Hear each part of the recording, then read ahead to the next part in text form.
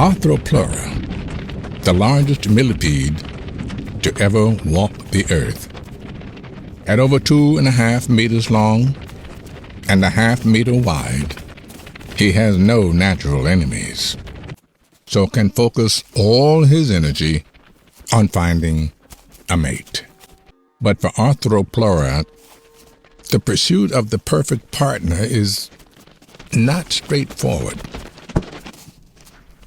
for he's virtually blind, and his world extends only as far as he can sense. And yet, sensing where she once was is not the same as sensing where she is. Finally, his chance to charm can begin. By rubbing together parts of his shell, he creates his own unique love song.